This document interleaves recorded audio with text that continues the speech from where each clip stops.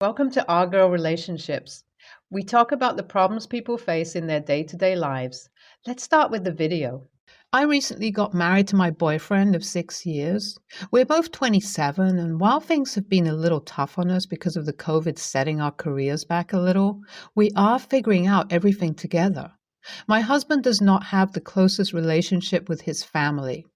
He never told me any details as to why he is not close with them, but based on whatever bits and pieces I have understood, is that my husband and my sister-in-law have some issues between them that led to the in-laws being forced to take sides. And because both of them took sister-in-law's side, my husband has not been close with them ever since. If I can be honest, I was not bothered about it much, but as I am from a big family and my husband was invited to those events often because we had been together for so long, I would often notice that my husband would end up becoming quiet, sad and depressed after these events.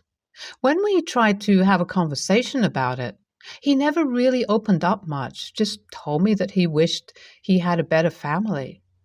I understood that he wanted a close relationship with his family or a better relationship with his family, but I also did not want to do things without his permission. Whenever I offered to reach out to his family on his behalf, he told me that he does not want to do things yet. He kept insisting that there would be a better time, and I never knew when that time would be. At one point, I was convinced that it would be at our wedding, but when we got married, it was a small ceremony to which our close friends and family were invited, and he did not invite anybody from his side.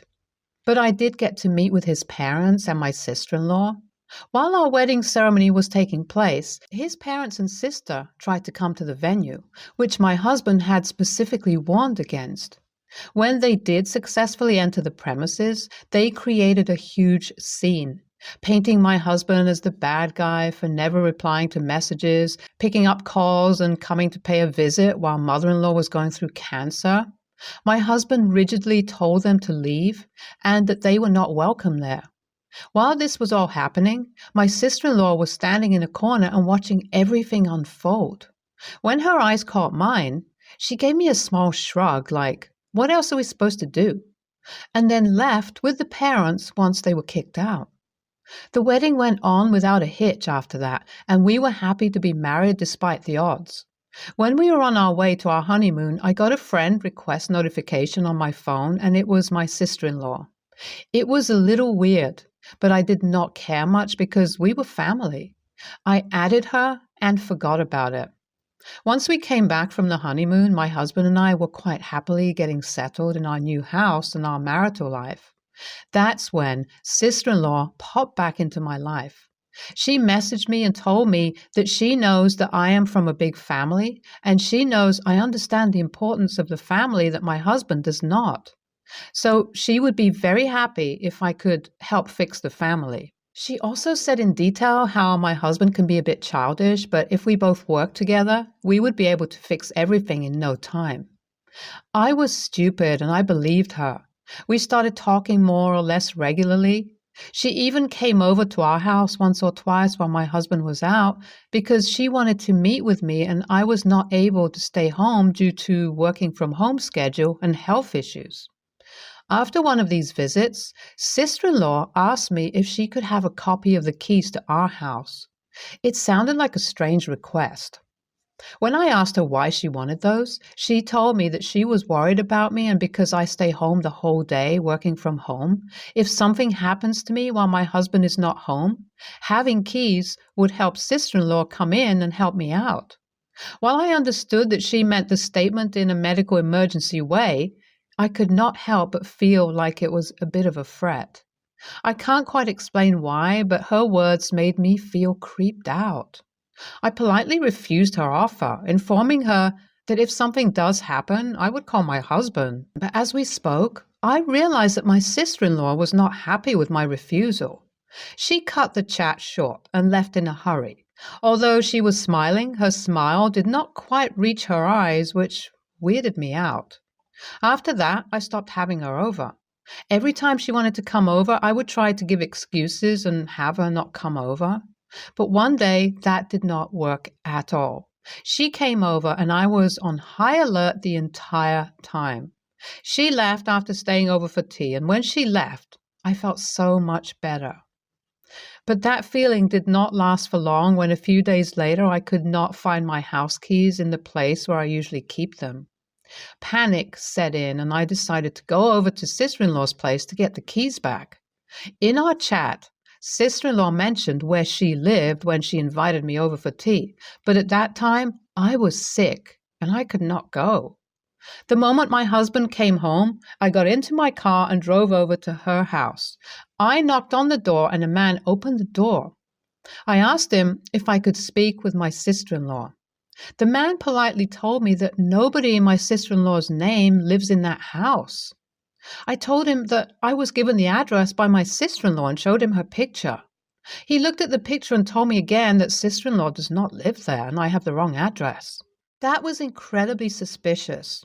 I messaged her casually asking her what her address is, and she told me the same address as before. By this time, I was completely panicking. I came home and tried my best to be my usual self, but I knew I was jittery. My husband noticed it straight away. For the past 2 days, he has been trying to ask me what is wrong and what has happened, but I have no idea how I will tell him about this whole situation, because I do not want him to be disappointed in me.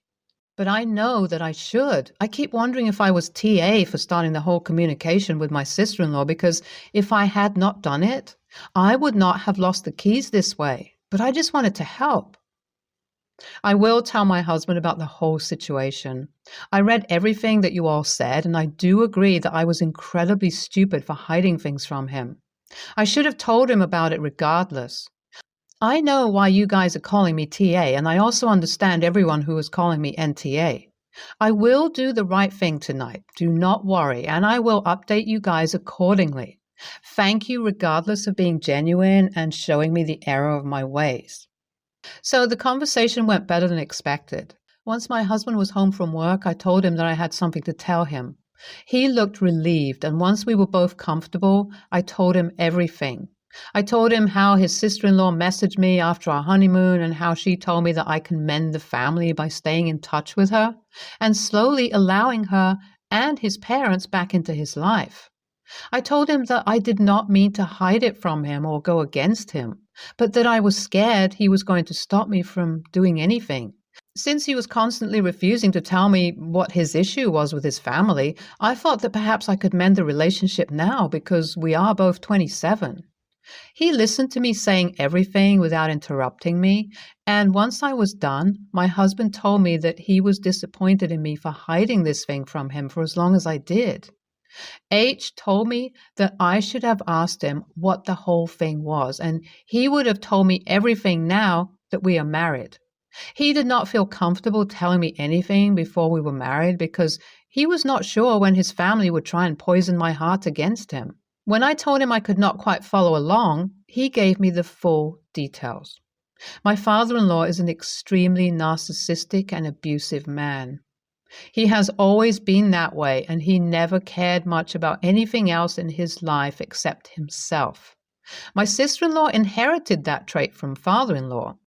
She is a narcissistic and charming person who on the surface might seem like an extremely sympathetic and genuine human being, but in reality, she is a selfish person. My husband knew about it from the moment he became aware of the environment he was in.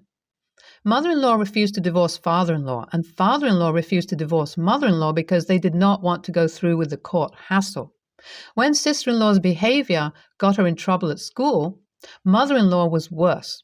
Sister-in-law became more and more aggressive, mean, and rude over years. When she started college, she got into a huge argument with mother-in-law and father-in-law because while they were paying for her college tuition, she was upset that they were saving money for my husband's college as well, instead of giving it to her to let her have some pocket change. At first, father-in-law and mother-in-law refused to give her any of that because she already had enough. But then sister-in-law told them how my husband can simply work his way through university as father-in-law did.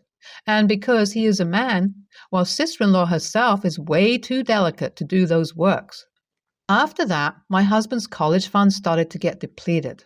My husband was not informed about this, and he just knew that there was money moved aside for him. When it was time for admissions, he learned about this whole thing. And when sister-in-law told him that he could just work his way through college, that is when my husband decided to go no contact with them. He started going NC from the moment he moved out, which was when he was 19. But the whole thing became pretty set in stone when my husband was 23. Hearing all of this made me realize how stupid I was for even allowing sister-in-law in the house. Husband also explained that over the years, there had been several times when mother-in-law had contacted him asking to borrow money, even though sister-in-law was seemingly well off. But that was when he learned from their cousin that sister-in-law was abusing substances. While she may not look like a drug user, she has been abusing substances for a while. That was when I connected the dots regarding the keys. My husband told me to call the locksmith ASAP and get the locks changed because we have no idea when my sister-in-law might try to get in. I blocked the contact and social media of my sister-in-law right then and there just so that she could not contact me anymore. We got the locks changed, as I mentioned in the last update. Once it was changed, I felt so much better about the whole ordeal. As my job requirements changed, I had to start going back to the office to work from the office every Wednesday and Friday. And one of those Fridays, when I came home, I saw my husband was already home. Turns out that our neighbor, this lovely old lady, was out doing things in her garden when she saw a suspicious young lady trying to get into our house. The description of that lady matched my sister-in-law very well. The lady decided to call the cops on her, and the cops did manage to get her detained. My husband has decided not to press charges, but he has decided to apply for a restraining order to make sure of our safety. I could not have been stupider when it came to trusting anyone. I will go with NTA because you did want to help your husband, but you are bordering on YTA, OP. If you care about the well-being of your husband so much, then why don't you tell him about everything instead of hiding things from him? I am sure that it would hurt him more learning that you were hiding things from him than learning that you were talking with his son. YTA, OP. You are actively going against your husband's wishes to fill out your wishes, and you are hiding everything from him. He does not want to be in touch with his family. Why can you not respect that? I, male 71, and wife, Karen 78, female, leave for Florida in late October and live in Connecticut for the summer. Kara, my daughter, and her husband, Sean, live in Massachusetts. Kara is pregnant with their first in March. In September, my stepson gifted new floors to Kara and Sean for their kitchen. I offered to help with install. Their home is over 100 years old. I'm not a contractor or a carpenter, but I am good at home repairs. I was supposed to only install the floors, but during demo, I encouraged them to demo some cabinets so the flooring laid down better. I said I would help with prep on weekends and come back from Florida in November to assemble new cabinets and install them. They agreed. They are new homeowners and not handy, but were eager to work. The walls ended up being covered in rotting horsehair plaster, which was a surprise. When the weekend ended, there was no stove hookup, floors were 10% installed, and it was a bit of a mess. I left it to them to plaster the walls that week, and I'd come next weekend. By Tuesday, Kara and Sean called in a panic, saying the plaster was a disaster and that Kara was afraid of the stress of her pregnancy. I told them to wait. Kara told me she felt misled and that the project spiraled out of control and asked me to take ownership, not financial, for my hand in their issues. I told them they made their choice to demo and it's not my house. They paid me for my help and hired a contractor.